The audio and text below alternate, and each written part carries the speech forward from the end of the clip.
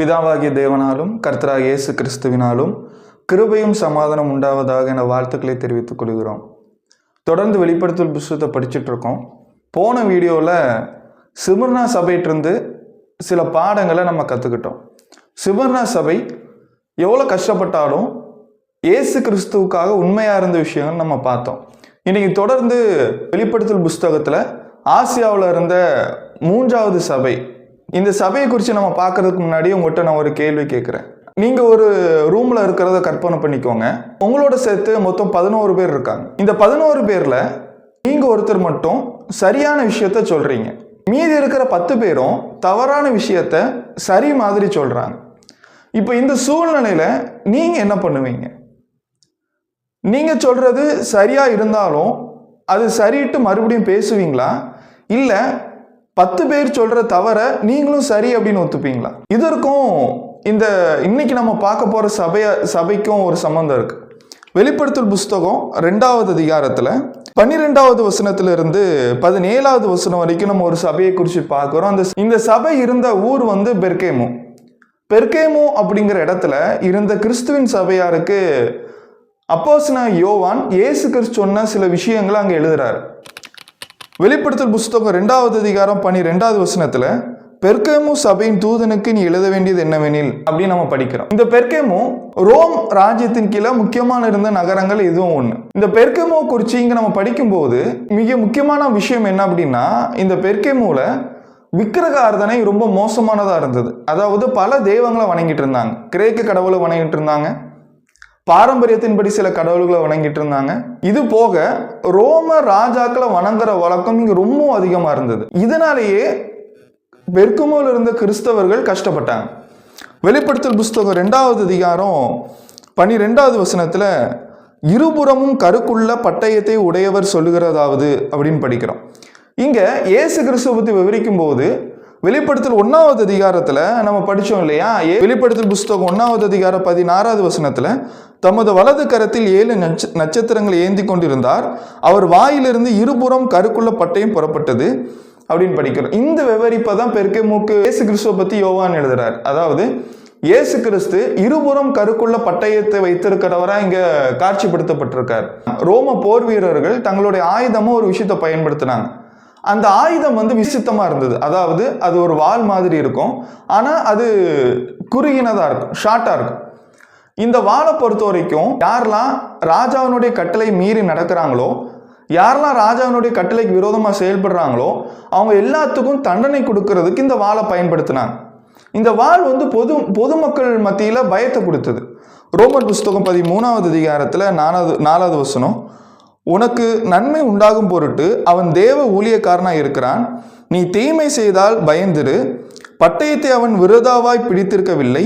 தீமை செய்கிறவன் மேலும் கோபாக்கினை வரப்பண்ணும்படி அவன் நீதியை செலுத்துகிற தேவ ஊழியக்காரனாய் இருக்கிறானே. இந்த வசனத்துல படிக்கும்போது ஒரு விஷயத்தை நம்ம புரிஞ்சுக்கிறோம். ரோம போர் வீரர்கள், ரோம அரசாங்கத்தை சார்ந்த அதிகாரிகள் அவங்க கையில வந்து ஒரு வாள் வைத்திருந்தாங்க. அந்த வாள் வந்து ராஜாவினுடைய கட்டளைகளை மீறி நடக்கக்கூடிய ஒவ்வொரு மனிதர்களுக்கும் தண்டனையை கொடுக்கறதுக்காக பயன்படுத்தப்பட்டது. ஆனா இந்த இடத்துல கவனிச்சு பாருங்க, இயேசு கிறிஸ்து இருபுறம் கருக்குள்ள பட்டயம் உடையவராக இருக்கிறார் அப்படிங்கிறது ஒருவேளை ரோம போர் வீரர்கள் இல்ல ரோம அதிகாரிகள் தங்களுடைய கையில அந்த இருபுறம் கருக்குள்ள ஒரு வாளை வச்சிருக்கலாம். ஆனா அந்த வாள் வந்து மாம்சத்துக்குரியது. இயேசு கிறிஸ்துவிடம் ஒரு ஆயுதம் இருக்கு. அந்த ஆயுதம் இருபுறம் கருக்குள்ள பட்டயம். அது எவ்வளோ வல்லமையானது அப்படின்னா, எபிரேயர் 4வது அதிகாரம் 12வது வசனத்துல தேவனுடைய வார்த்தையானது ஜீவனும் வல்லமை உள்ளதாயும் இருபுறம் கருக்குள்ள எந்த பட்டயத்திலும் கருக்கனாதாயும் ஆத்துமாவையும் ஆவியையும் கணுக்களையும் ஊனையும் பிரிக்கத்தக்கதாக உருவ குத்துகிறதுமாயும் இருதயத்தின் நினைவுகளையும் யோசனைகளையும் வகை அறுக்கிறதுமா இருக்கிறது. இங்க தேவனுடைய வார்த்தை, அதாவது தேவனுடைய வார்த்தை ஆகிய இயேசு கிறிஸ்துவினுடைய வார்த்தைகள் எப்படிப்பட்டதா இருக்குது அப்படின்னா, அது எந்த ஒரு பட்டயத்தை பார்க்கலும் கூரானதா இருக்குது அப்படிங்கிற. சரீரப்பிரகமான ஆயுதங்கள் மாம்சத்தை கிழிக்கிறதுக்கும் மாம்சத்தை அழிக்கிறதுக்கும் பயன்படுத்தப்படும். ஆனா இயேசு கிறிஸ்துவினுடைய ஆயுதமாகி அவருடைய வார்த்தை, தேவனுடைய வார்த்தை நம்மளுடைய இருதயத்தினுடைய நினைவுகளை பிரிச்சு பார்க்கறதாகவும் நம்மளுடைய இருதயத்தை குத்தி கிழிக்கக்கூடியதாகவும், அதாவது இந்த இடத்துல இருதயம் அப்படின்னு சொல்லி இருக்கிறது நம்மளுடைய மனசையும் நம்மளுடைய ஆத்மாவையும் இது குறிக்குது. அப்போ நம்மளுடைய இருதயத்தை குத்தி கிழிக்கக்கூடியதாகவும் நம்மளை உணர்த்தக்கூடியதாகவும் இருக்குது. மிக முக்கியமா யோவான் 12வது அதிகாரம் 48வது வசனத்துல இயேசு கிறிஸ்துவினுடைய வார்த்தைகள் தான் ஒவ்வொரு மனிதனையுமே நியாய தீர்க்கும் அப்படின்னு நம்ம படிக்கிறோம். வெளிப்படுத்தல் 2வது அதிகாரம் 12வது வசனத்துல நம்ம படிச்சது, நீங்க பயப்படாதீங்க, ரோம வீரர்கள் கையில மாம்சத்துக்கான ஆயுதம் இருக்கலாம், ஆனா இயேசு கிறிஸ்துவின் கையில ஒரு மிகப்பெரிய ஆயுதம் இருக்கு, அவருடைய வாயில மிகப்பெரிய ஆயுதம் இருக்கு, சுத்தமான ஆயுதத்தை விட மிகப்பெரியது, அதுதான் நம்மளுக்கு நியாயத்தை இருக்க போகுது, தேவனுடைய பிள்ளைகளை துன்பப்படுத்தினவங்களுக்கு அது தண்டனை கொடுக்க போகுது அப்படின்னு சொல்லிட்டு சபையை ஆறுதல் படுத்துறதுக்காக இது சொல்லப்பட்டிருக்கு. வெளிப்படுத்தல் புஸ்தகம் 2வது அதிகாரம் 13வது வசனம், உன் கிரியைகளையும் சாத்தானுடைய சிங்காசனம் இருக்கிற இடத்தில் நீ குடியிருக்கிறதையும் நீ என் நாமத்தை பற்றி கொண்டு இருக்கிறதையும் சாத்தான் குடிக்கொண்டிருக்கிற இடத்தில் உங்களுக்குள்ளே எனக்கு உண்மையுள்ள சாட்சியான அந்திப்பா என்பவன் கொல்லப்பட்ட நாட்களிலும் என்னை பற்றும் விசுவாசத்தை நீ மறுதலியாமல் இருப்பதை நான் அறிந்திருக்கிறேன். இங்க எப்படி எபேசு சபைக்கும் சிமர்னா சபைக்கும் உன்னுடைய உபத்திரமும் நீ இருக்கிற நிலையும் எனக்கு தெரியும் அப்படின்னு இயேசு கிறிஸ்து சொன்னாரோ, அதே போல இங்க பெர்கமு சபைக்கும் இயேசு கிறிஸ்து அதே விஷயத்தான் சொல்றார். அதாவது உன்னுடைய நிலை எனக்கு நல்லாவே தெரியும், நீ எப்படிப்பட்ட இடத்துல இருக்கிற எனக்கு தெரியும், அந்த மோசமான இடத்துல நீ எப்படிப்பட்டவனா இருக்கிற அப்படின்னு தெரியும். இங்க வெளிப்படுத்தல் 2:13 சாத்தானுடைய சிங்காசனம் இருக்கிற இடத்தில் நீ குடியிருக்கிறதையும் அந்த சாத்தானுடைய சிங்காசனம் இருக்கிற இடத்துல நீ என்னுடைய நாமத்தை பற்றி கொண்டு இருக்கிறதையும் நான் அறிந்திருக்கிறேன் அப்படிங்கிறார். அப்போ இந்த பெர்கமு சபையிலிருந்து மிக மோசமான விஷயம் என்ன அப்படின்னா, அவங்க சாத்தானுடைய சிங்காசனம் இருக்கிற இடத்துல இருக்கிறாங்க. அதாவது சாத்தானுடைய சிங்காசனம் அப்படிங்கிறது ரோம ராஜாக்களை வணங்குறதுல ரொம்பவும் முக்கியத்துவம் வாய்ந்ததா, ரொம்பவும் அதிகமா இதை செய்யக்கூடியதா இருந்தாங்க. இப்படிப்பட்ட மோசமான இடத்துல தான் இந்த பெர்கமு சபையார் இருந்தாலும் இயேசு கிறிஸ்துவினுடைய நாமத்தை பற்றி கொண்டு தங்களுடைய விசுவாசத்துல உறுதியா இருந்திருக்காங்க. நான் ஆரம்பத்துல கேட்டேன் இல்லையா, ஒரு 11 பேர் இருக்கிற இடத்துல 10 பேர் தவறான விஷயத்த சரி அப்படின்னு சொல்லும் போது நீ சரியானதை செஞ்சிட்டு இருக்கீங்க, நீங்க செஞ்சிட்டு இருக்கிற அந்த சரியானதை விட்டுருவீங்களா அப்படின்னு நம்ம கேட்டோம் இல்லையா. சத்தியத்தின்படி நடக்கிறவங்க கொஞ்சம் பேர் இருந்தாலும் சத்தியத்தின்படி நடக்காதவங்க நிறைய பேர் இருந்தாலும் அது சத்தியத்தை எதுவுமே மாத்தாது. கலாத்தியர் புஸ்தகம் 2வது அதிகாரம் 4வது வசனம் 5வது வசனம், கிறிஸ்து இயேசுவுக்குள் நமக்கு உண்டான சுயாதீனத்தை உளவு பார்த்து நம்மை நியாயப்பிரமாணத்திற்கு அடிமைகளாக்கும் பொருட்டாக பக்க வழியாய் நுழைந்த கள்ள சகோதர நிமித்தம் அப்படி ஆயிற்று. 5வது வசனம், சுவிசேஷத்தின் சத்தியம் உங்களிடத்தில் நிலைத்திருக்கும்படி நாங்கள் ஒரு நாளிகையிலும் அவர்களுக்கு கீழ்ப்படிந்து இணங்கவில்லை. இங்க அப்போஸ்தலனாகிய பவுல் எழுதும்போது கலாத்தியர்களை பார்த்து சில கள்ள சகோதரர்கள் பக்க வழியா நுழைஞ்சிருக்காங்க, ஆனா அவங்க சத்தியத்தில் இல்லாதபடினால அவங்கள்ட்ட சத்தியம் இல்லை, இப்படி சத்தியம் இல்லாத மனிதர்களுக்கு நாங்கள் கீழ்ப்படிந்து இணங்கவில்லை அப்படிங்கிறார். அதாவது தேவனுடைய வார்த்தை விரோதமா ஒரு மனிதன் ஒரு விஷயத்தை செய்ய தூண்டும் போது அதை செய்யறதுக்கு நம்மளை ஏமாற்றும் போது நம்ம அதை செய்ய முடியாது. வெளிப்படுத்தல் புஸ்தகம் 2வது அதிகாரம் 13வது வசனத்துல சாத்தான் குடிகொண்டிருக்கிற இடத்தில் உங்களுக்குள்ள எனக்கு உண்மையுள்ள சாட்சியான அந்திப்பா என்பவன் கொல்லப்பட்ட நாட்களிலும் என்னை பற்றும் விசுவாசத்தையும் நீ மறுதளிக்காமல் இருக்கிறதை அறிந்திருக்கிறேன். அதாவது இந்த சபையில் ஒரு மனிதன் அத்திப்பா இயேசு கிறிஸ்துவினுடைய சாட்சி நிமித்தமா அவர் கொல்லப்பட்ட போதிலும் அங்கிருந்த சபையார்கள் பயந்து போகாம அவங்களுடைய விசுவாசத்தையும் இயேசு கிறிஸ்து மறுதலியாம அங்க இருந்திருக்காங்க. நம்மளுடைய விசுவாசத்தை நிரூபிக்கிறதுக்கான சூழ்நிலைகள் வரும். நம்மளுடைய உபத்திரவங்களும் நம்ம படக்கூடிய கஷ்டங்களும் நான் தேவன் மீது எவ்வளவு விசுவாசமும் அன்பும் வைத்திருக்கிறேன், இயேசு கிறிஸ்து மேல எவ்வளவு நம்பிக்கை வைத்திருக்கேன் அப்படிங்கறத காட்டும். வெளிப்படுத்தல் புஸ்தகம் 2வது அதிகாரம் 14வது வசனம், ஆகிலும் சில காரியங்களை குறித்து உன் பேரில் எனக்கு குறை உண்டு, விக்கிரங்களுக்கு படைக்கப்பட்டவர்களை புசிப்பதற்கும் வேசித்தனம் பண்ணுகிறதற்கு ஏதுவான இடரலை இஸ்ரவேல் புத்திரருக்கு முன்பாக போடும்படி பாலாக் என்பவனுக்கு போதனை செய்த பிலேயாமினுடைய போதகத்தை கை கொள்ளுகிறவர்கள் உன்னிடத்தில் உண்டு.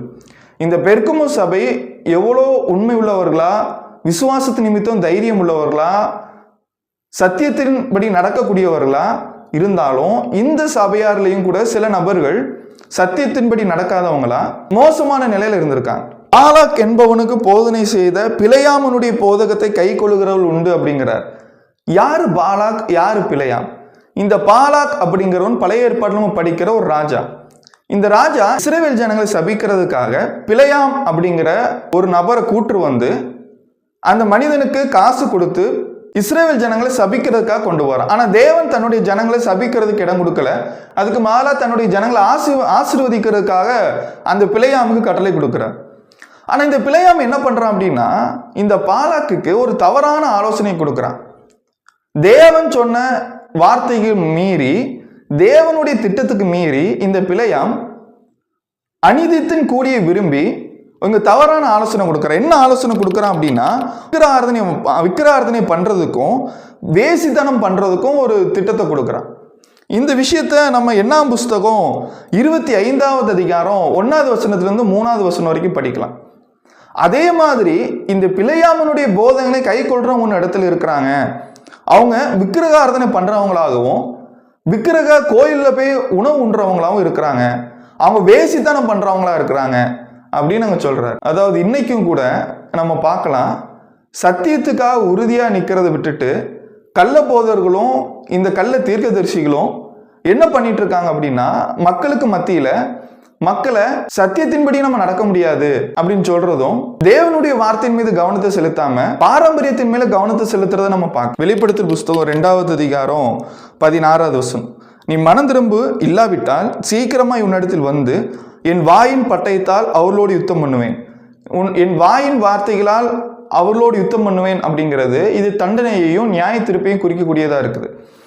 என்னதான் கள்ளபோதர்கள் சத்தியத்தை விரோதமா போதிச்சாலும், மக்களை சத்தியத்துக்கு விரோதமா நடப்பதற்கு அவங்கள வசியப்படுத்தினாலும் தூண்டினாலும், தேவனுடைய வார்த்தை அவங்களுக்கான நியாய தீர்ப்பை கொடுக்கும். உண்மையான சத்தியத்தில் இருக்கிறவங்க தேவனுடைய வார்த்தையை வைத்து அவங்கள ஜெயிப்பாங்க.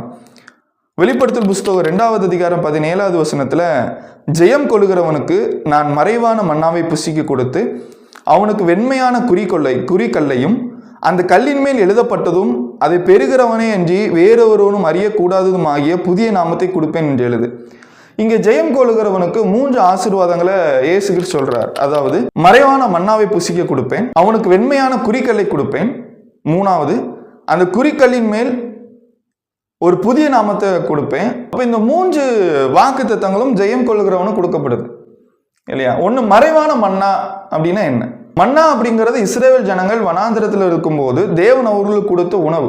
தேவன் அந்த மன்னாவை கொடுத்து இஸ்ரேல் ஜனங்களை வழி நடத்திட்டு வந்தார். ஆனா இயேசு கிறிஸ்து புதிய ஏற்பாட்டில் இயேசு கிறிஸ்து நம்மளுக்கான ஜீவ அப்பமா இருக்கிறார். ஒவ்வொரு வாரத்தின் முதல் நாள் தோறும் கிறிஸ்தவர்கள் இந்த அப்பம் பிக்கிறதுக்காக கூடியிருக்கிறாங்க. அப்போஸ்தலர் புஸ்தகம் 20வது அதிகாரம் 7வது வசனம், வாரத்தின் முதல் நாளிலே அப்பம் பிக்கும்படி சீஷர்கள் கூடி வந்திருக்கையில் அப்படின்னு படிக்கிறோம். அப்போ ஒவ்வொரு வாரத்தின் முதல் நாளையும் கிறிஸ்தவர்கள் இந்த இயேசு கிறிஸ்துவ ஆவிக்குரிய ரீதியில ஜீவ அப்பமா இருக்கக்கூடிய இயேசு கிறிஸ்துவ புசிக்கிறதுக்காக கூடி வந்திருக்காங்க. இது நித்திய ஜீவனை தரக்கூடியதாக இருந்தது. வெண்மையான குறிக்கல்லை கொடுப்பேன் அப்படிங்கிறது ரோமர்கள் அவங்களுக்கு ஒரு பழக்கம் இருந்தது. ரோமர்கள் தங்களுக்கு கீழே அடிமைகளை வச்சிருந்தாங்க. இந்த அடிமைகளை விடுதலை பண்றதுக்கு ஒரு கல்லை கொடுத்து வெளியே அனுப்பிடுவாங்க. இந்த கல்லை கொடுத்து வெளியே அனுப்பும் போது அவங்க மன்னிக்கப்பட்டவங்களாகவும் அடிமைத்தனத்திலிருந்து விடுதலை பண்ணப்பட்டவங்களாகவும் இது குறிக்குது. இந்த வெண்மையான குறிக்கல் அப்படிங்கிறது பரிசுத்தமான தன்மையை குறிக்குது. இது ஒருவேளை எதை குறிக்கிறதா இருக்கலாம் அப்படின்னா, தேவனுடைய பிள்ளைகள் ஏற்றுக்கொள்ளப்பட்டாங்க அப்படிங்கிறதையும், அவங்க மன்னிக்கப்பட்டாங்க அப்படிங்கிறதையும், விடுதலை ஆக்கப்பட்டாங்க அப்படிங்கிறதையும், அவங்க தேவனுடைய பிள்ளைகளா பரலோகத்துக்கு சொந்தமானவங்களா இருக்கிறாங்க அப்படிங்கிறதையும் குறிக்கலாம். 3வது புதிய நாமம் அப்படிங்கிறது நம்ம யாரெல்லாம் சத்தியத்துக்கு கீழ்ப்படிந்து சத்தியத்தில் நடக்கிறாங்களோ அவங்க எல்லாருக்குமே கிறிஸ்தவர்கள் அப்படிங்கிற புதிய நாமம் கொடுக்கப்பட்டிருக்கு. இது விசேஷித்தமானதா இருக்கு. அப்போ இந்த பெர்கமு சபையிட்ட இருந்து நம்ம கத்துக்கிற மிக முக்கியமான ஒரு விஷயம் என்ன அப்படின்னா, எத்தனை பேர் சத்தியத்துக்கு விரோதமா செயல்பட்டாலும் சத்தியத்தின்படி நடக்காதவங்களா இருந்தாலும் நம்ம தேவனுடைய பிள்ளைகளா இருக்கிற நம்ம சத்தியத்துல நடக்கணும் அப்படிங்கிற மிக முக்கியமான பாடத்தை நம்ம கத்துக்கிறோம். சத்தியத்தை எந்த ஒரு மனிதனுக்காகவும் விட்டு கொடுக்க கூடாது அப்படிங்கிறத பார்க்கிறோம். தேவன் நம்மை ஆசீர்வதித்து வழி நடத்துவார். சத்தியத்தை தெளிவாகவும் எளிமையாகவும் சத்தியமாகவும் தெரிந்து கொள்ள விரும்பினால் எங்களை தொடர்பு கொள்ளவும். எங்களிடம் ஆவிக்குரிய புத்தகங்களும் விளக்க உரையும் டிராக்குகளும் இருக்கின்றன. எங்களை தொடர்பு கொள்வதன் மூலமாய் இலவசமாய் நீங்கள் பெற்றுக்கொள்ளலாம். பிரதர் செலின் 9790234583 மற்றும் 7845021